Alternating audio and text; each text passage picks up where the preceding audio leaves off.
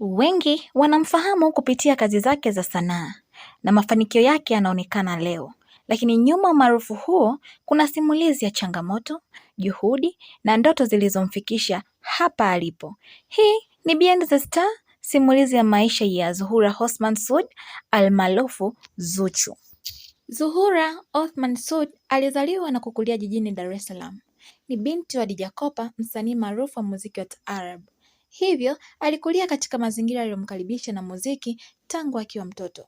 Akiwa mdogo alikuwa na ndoto za kufikia mafanikio makubwa kama vijana wengine. Alikumbana na changamoto mbalimbali zilizojaribu kuzuia ndoto zake. Alilazimika kupambana na ukosefu wa rasilimali, kukataliwa mara kadhaa na changamoto nyingine kabla ya kupata nafasi ya kuonyesha kipaji chake. Kama ilivyo kwa wasanii wengi, mafanikio hayakuja kwa urahisi. Kulikuwa na nyakati za kukata tamaa, lakini aliamua kuendelea kusimama na kupigania ndoto yake. Anaamini kuwa uvumilivu na kujituma ndio silaha kubwa iliyomfikisha hapa alipo leo. Leo, Zuchu ni miongoni mwa watu wanaotambulika katika eneo lake la sanaa. Kupitia kazi zake, ameweza kugusa maisha ya watu wengi na kujijengea jina katika tasnia. Kwa vijana wanaotamani kufikia mafanikio kama yake, anashauri kutokata tamaa wanapokutana na changamoto.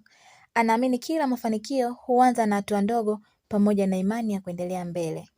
Hiyo ndio ilikuwa safari ya nyota huyu maarufu Zuhura Othman Sud almaarufu Zuchu. Ni simu gani ya simulizi la kuvutia zaidi? Tuandikie kwenye maoni. Usisahau kusubscribe, kugonga alama ya kengele na kushare video hii kwa wengine. Tukutane kwenye simulizi nyingine ya Behind the Star. Ulikuwa nami Maria Senga wa Dayari TV.